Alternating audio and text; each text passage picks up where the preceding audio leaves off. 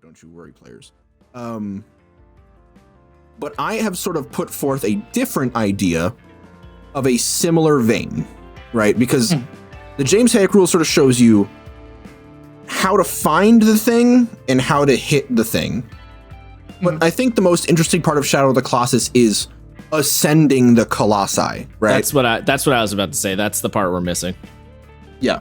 So what I suggest is you take a note out of the Scab from Descent into Avernus, and you create a vertical dungeon, one that only, technically speaking, moves on one plane. You can go up or you can go down. And what you can do on that is you can have the players move at half movement. I wouldn't recommend it because the thing is fucking huge anyway, and there's no point because you're just gonna half their movement and then have the thing 150 feet tall. Well, I would say half. No, I disagree. Actually, I think you should half their movement because then if a player does have a climb speed, they feel real cool. Fair enough. I'm sort of under the assumption that no one has a climb speed because quite a few. There's quite a few options. There's a couple of races that give climb speed, as well as stuff like Ranger gives a climb speed. There's lots of ways to get a climb speed. I think it's fine. There's also flying races, like Aarakocra. True. So yeah, fine. We'll go into assumption that you half their movement speed. And the only thing that you do, like, you don't make them make checks every turn to hold on. That's just gonna get annoying.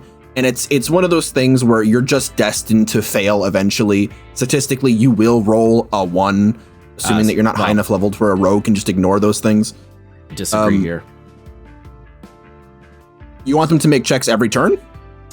Yes, I think so. The thing about Shadow of the Colossus that makes the Colossi, well, it kind of depends on which Colossi you're fighting, but for a lot of them, part of the thing that makes it is that the climb up the Colossus is quite perilous, and you're going to fall down a lot because your stamina meter is, not great. And I think the best way you could potentially represent said stamina meter would be through various checks.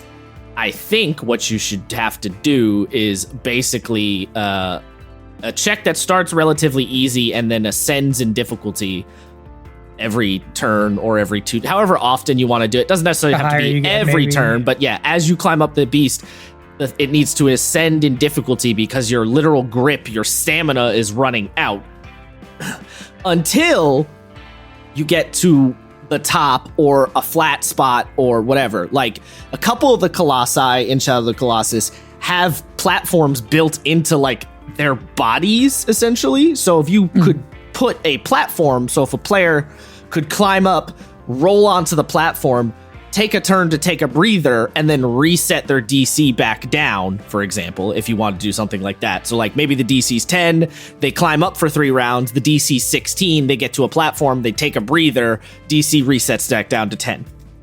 But I think you have to do, if you want to do the invoke Shadow of the Colossus specifically, I think you have to do the multiple checks because the climbing and the stamina and the stress from the actual climbing is a vital part of that whole scenario.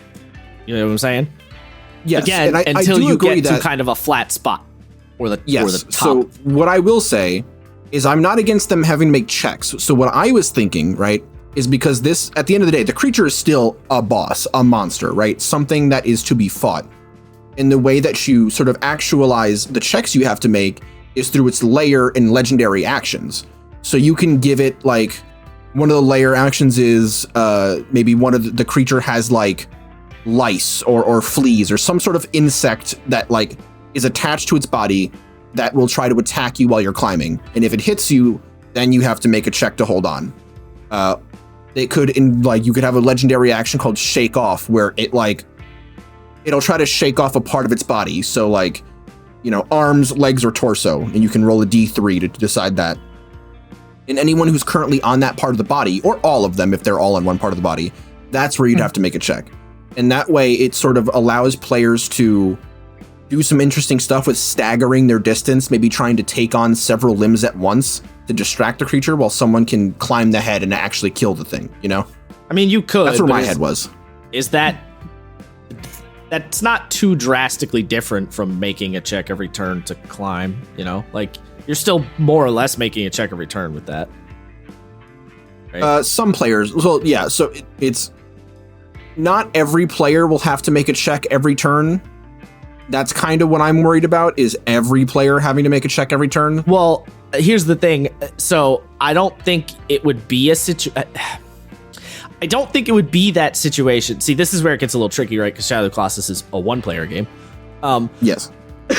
I don't think it would necessarily be that scenario, because I think probably what would end up happening is different players would come at it from different ways. You know, the human fighter is just going to be like, all right, fuck it, boys, I'm making athletics checks. But then the Aarakocra Ranger is like, I'm going to try and fly around him.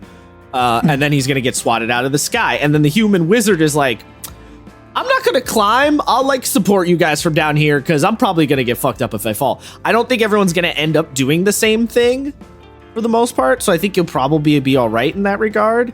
And also, I think it's fine if you want to say you don't have to make a check if you don't try to climb any higher. Like if you just want to hold your position, then no check required. You only make the check if you're trying to get higher. I was going to ask, did you look up the normal, yeah, they're whatever. Dungeon Master Guide rules? Yeah, I've looked at them before. They're whatever. It's just a grapple. It's a grapple. Yeah. They're whatever. They're meh. Yeah. I looked at them forever ago. One thing I will say, because you brought up a good point, the wizard, because I was thinking about this too. Look, typically I'm not one for taking away options from players during situations like this. I think you're going to pretty reasonably have to just say you cannot teleport on top of this thing if you play anything higher than 7th level. Because once they get Dimension Door, they're like, oh, there's Dimension Door. Either give it more than one weak spot, or just don't let them do it. Well, Isaiah, you're forgetting about something that Shadow of the Colossus does. The weak spot the creatures moves. No, the weak spot moves. Yeah. So whatever. It's got multiple, yes. Yeah, so they Dimension Door one, and then it moves. Then they have to go find the other one. I mean, also, if they Dimension Door grab the fighter, they go. The wizard, that's his turn. That's it. Next turn, if the fighter doesn't get the chance to stab the thing before the creature's turn, then you could just be like, the creature will use a legendary action to move the weakness. And you're like, son of a bitch. Or that. Yeah. Oh, so that, I hadn't even thought about that. He moved it from his forehead to his ass cheek. Damn. Yeah. I hadn't even thought about that. Using a legendary action to move weak points. That's clever. I hadn't even thought about that. Yeah, because that happens because it's Shadow of the Colossus, right? It doesn't happen on the first 3, I want to say, but after that, after a certain point, you stab the weak spot and then it goes away, and you have to find it again. I didn't actually know that. Yeah. So when you use basically the weak spots have individual health pools. So once you drain that weak spot's health pool, it deactivates, and then another weak spot will show up. Not that you know. You don't know that health pool, by the way. It's not. It's an invisible health pool. Yeah, it's invisible, but it will never go back to the old one. Yeah. Like once that one's done, it's done. Or there's certain creatures, like if I remember the eel, the awful lake eel that nobody wants to ever fight because it's terrifying.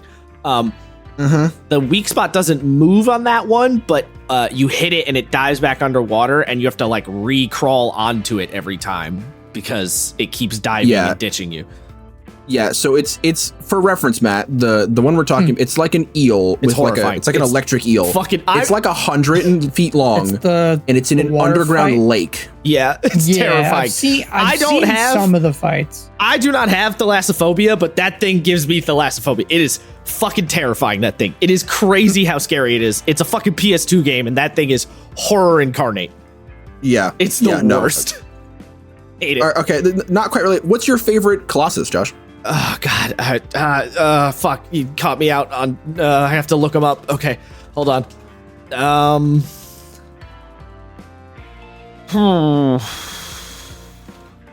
Trying to remember. Okay.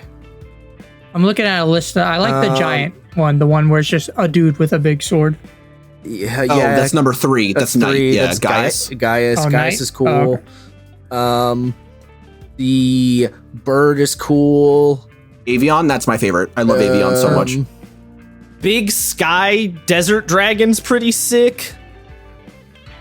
Phalanx, yeah. Is that my boy? Yeah, Phalanx. Poseidon sucks. I didn't realize there were so many cows. I wouldn't call them cows. Cow-ish. Four-legged ones. Four-legged ones, yes. Yeah, there's Kieran. I do the one that kind of looks like a buffalo or like a bison, I think is Might be the underwater one. No. The 4-legged dude. He's got the like bison horns. Got the fucking what the hell is his name? Quadradra. What is this fucker's name? He's got the like. Trying to Quadratus. Yes, him. Yeah, the big Minotaur looking horns. Cool. He might. Yeah. It actually might be him. I do also like the tiger one. The tiger's cool. Cerberus. Yeah. Yeah. I don't know. Or Cenobia, I believe is what it's called. Oh yeah, here he is. Or no, Leo. Leo is what you're thinking of. Yeah. Yeah. Moving the weak point.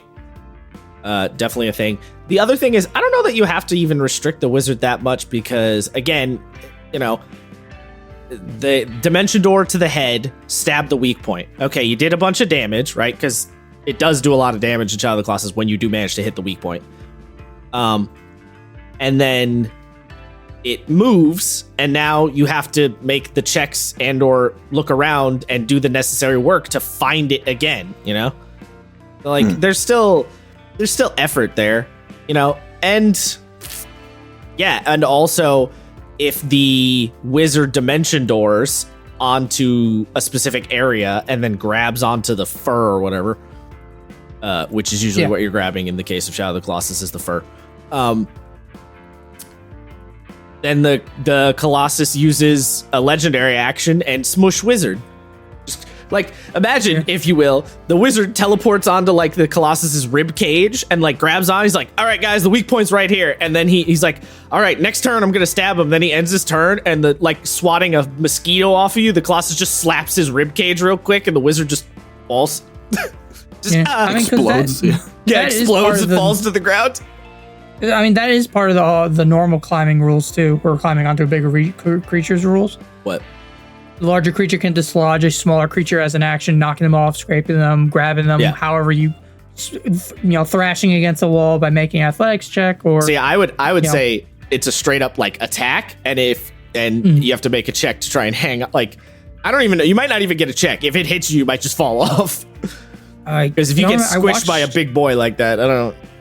I watched a stream where someone was like, one of the players, the barbarian, climbed up onto the dragon, and so the DM's like, okay, the dragon's gonna try and fly and corkscrew in midair. Barbarian, I need to make an athletics check to hold on. And he's like, oh god, thank god, I'm raging. Yeah, your barbarian players would have a lot of fun with this. Yes, because it lets them. It lets them be dumb smart. They get to be dumb barbarian, but also big smart. So yeah. I would probably say leave it up to an attack as well, because that way, a lucky low roll, and like this is purely for like the cinematics of it. Like someone's like, "Oh god, the wizard," and then the thing tries to smush it, and you just see the flickering shield spell as the wizard's like, "Oh my god, what was that?" Yeah, well that's the thing, right?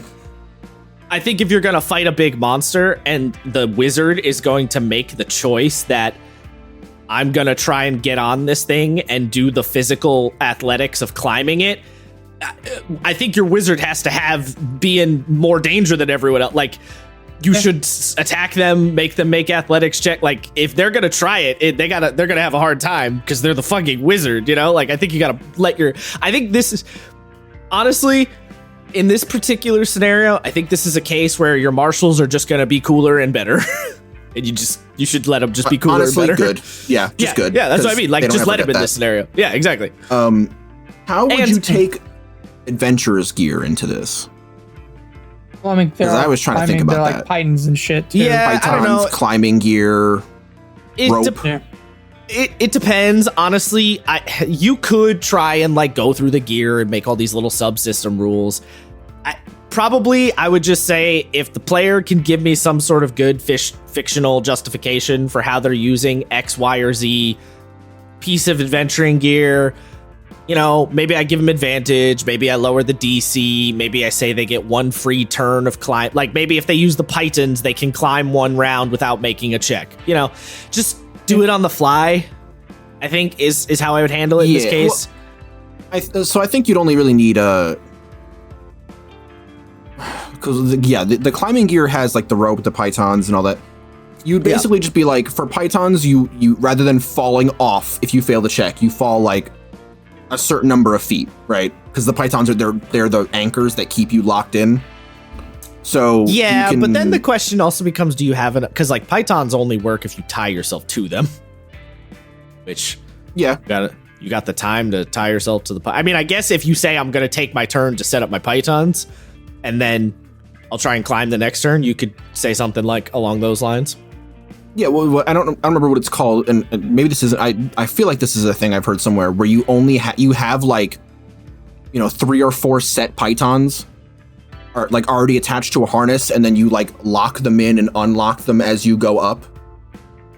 So you could like you just climb with a hammer in your mouth. I think that's a more modern version of the thing, but maybe. Yeah, so I would say like there's a lot of if you had a lot of rulings you could come up with. Yeah, if you had a climbing kit, and I guess this only really matters if a player has one, or at the very least rope, right? You can say that like, if you move a quarter movement, you don't have to make a check or something. Because you're using the rope to like anchor yourself and you're like slowly, meticulously. You could do stuff like that, but at some point the players would get bored. They wouldn't want to like only use the rope. It would be their like, oh, I don't want to get destroyed this round. So I feel like it wouldn't be that much of an issue. Well, also, I think a lot of the climbing gear stuff kind of assumes you have the time to set up the climbing gear, which you sort of don't in a situation like this. Right? True. Like, well, you have like a grappling hook at the very least. How much is a grappling hook helping you on a big monster? Like it could move, it could shake it off, it could pull it out.